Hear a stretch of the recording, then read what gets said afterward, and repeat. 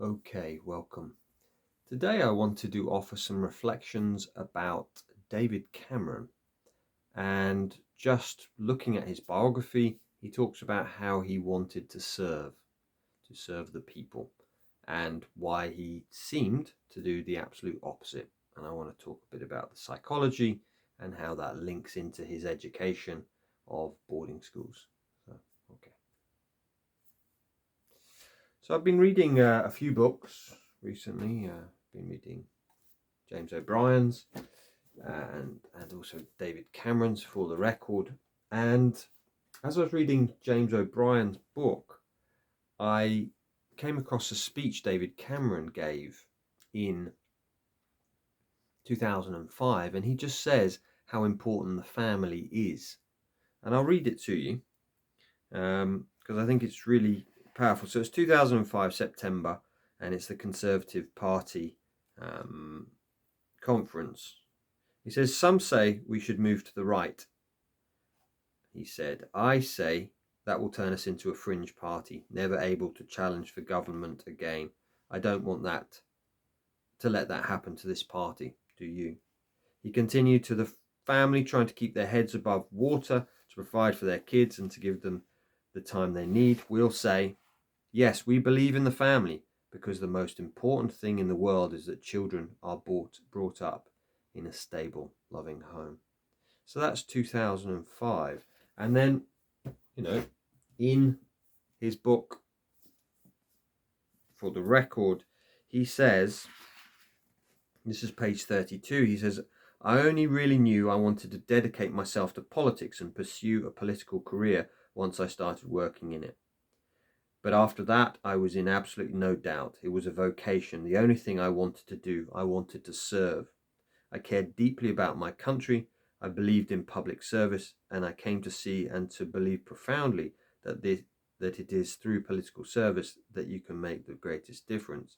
Yes, unfortunately, the greatest difference he made was he basically, as James O'Brien says there, he broke Britain. And what I want to kind of talk a little bit about today is, why might this be? Why did he go from 2005 and in his biography just saying, I'm there to serve, whereas he brought in the austerity measures? And in this book here, Russell Jones's book, A Decade in Tory, he just says some of the figures. So they talked about at that election in 2010 to cut some of the spending. And he says, much of the campaign centred around a debate over that £6 billion of cuts, which Cameron suggestively promised would hurt us just enough to titillate, but what transformed into an excruciating and disfiguring £81 billion of cuts the moment voters had entered George Osborne's Red Room. So it's almost like, we say one thing, right, it's all about family, but then on another level, it's like what he did was he dismantled family, or we're going to do a little bit of cuts. Actually, no, we're going to cut not 6 billion, but 81 billion. And it's really fascinating, I find, and we'll talk a little bit about the psychology, but how their intention, conscious mind is good, right? I want to serve. But then unconscious, what did they learn as children in these schools to make them flip? And, if I go back to David Cameron, he talks about his boarding school experience. And he says, when I tell my children today about the schools I went to and some of the things that happened in them, it all seems incredibly old-fashioned. For starters, going away to boarding school aged just 7 now seems brutal and bizarre. So he had the headmaster used to come in and inspect them while they were bathing, inspect them while they were naked. The food was Spartan. He says, I lost a stone in weight during a single term. There was one meal that consisted of curry, rice, and maggots. And punishments were old-fashioned. They include frequent beatings with the smooth side of an ebony clothes brush. So this is kind of the unconscious, what's in there. Says here, to say that Heatherdown was antiquated would be underplaying it. At bath time, we had to line up naked in front of a row of Victorian metal baths and wait for the headmaster, James Edwards, to blow a whistle before we got in. So kind of that's his early childhood experiences. And I've talked about this quite a lot, but the neglect to lose a stone in weight when you're only 3.5, 4 stone. The neglect, the abuse of being beaten. So then from there, kind of moving on to Gabor Mate. Now, Gabor Mate, what he says in here is fascinating. He says, when trauma manifests on the political stage, the consequences for people and the planet are massive. Politicians make policy after all, and policy creates or cements the very cultural conditions we know are antithetical to our health.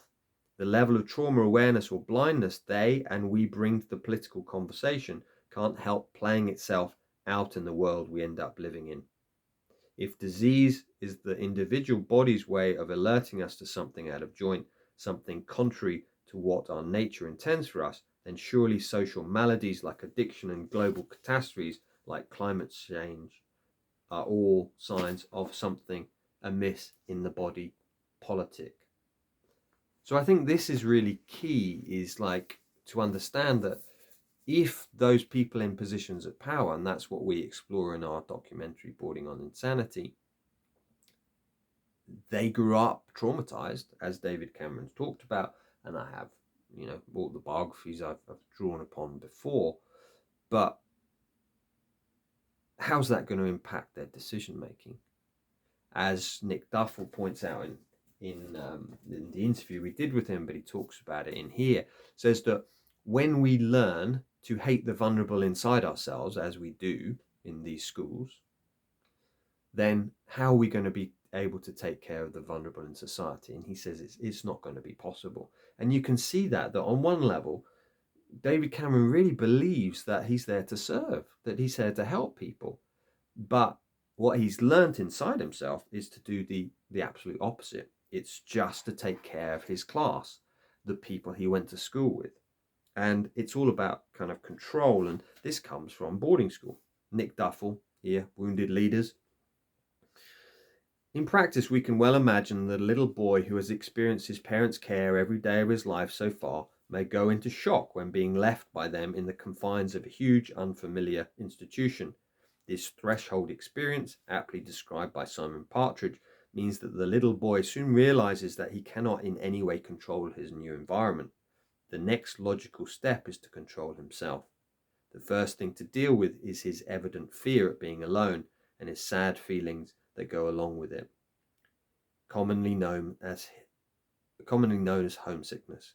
He has no other choice but to repress these feelings and to refuse to identify himself as one who has such emotions, because to be seen feeling these things would make him vulnerable amongst the other little boys who are busy toughening up.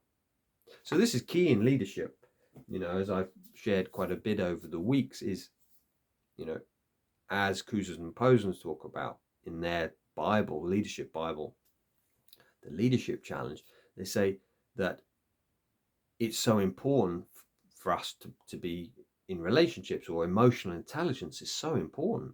And yet what Nick's just shared there is, no, that's suppressing of that emotional intelligence, the emotions. And that's what happens in these schools is, again, as Nick says, it's like the principal effect of boarding is to have a problem with emotions. And we can't lead. Antonio Damasio, again, is saying that you can't make good decisions without emotional information. And I feel this is what's happened. Consciously, David Cameron says, yeah, I want to serve, I want to help. I'm here to take care of families. But his unconscious has come forward and done the absolute opposite. So, I don't know if it's, this book as well talks a bit about, this waging the war on welfare that David Cameron did. He just kind of took away all of those things. And I just think, yeah, it is time for change, really. It's time for change to see that these types of leaders don't work. We can't have, we need emotionally intelligent leaders, not emotionally unintelligent. That is the way that we move forward. And, just looking at this, you know, with David Cameron, or Boris Johnson, or some of these other leaders that are in place, many of the Reform Party, Rupert Lowe, I mean, he's left now, but our ex-borders. It would just be the same thing. We need to find a new caliber of leaders who are heart-centered, who are connected to their emotions, men and women, who it's like we have to kind of cultivate something new, educate this new system of leaders, compassionate leaders. So yeah, I could talk about this for hours, but just to sow some ideas here of, oh, okay, this dichotomy in David Cameron, wanting to do one thing and he did the total opposite.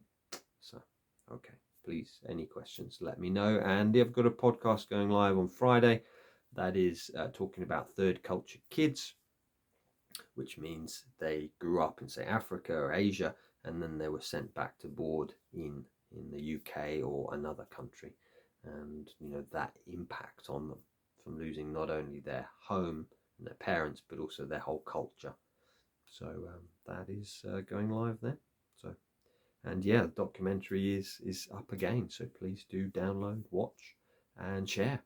And there was also an article in the Observer on Sunday, the national newspaper in the UK. I'll put a link to that. And there was also quite a bit of discussion on Mumsnet, actually, talking about the article and boarding school, which is fascinating to read through. Okay.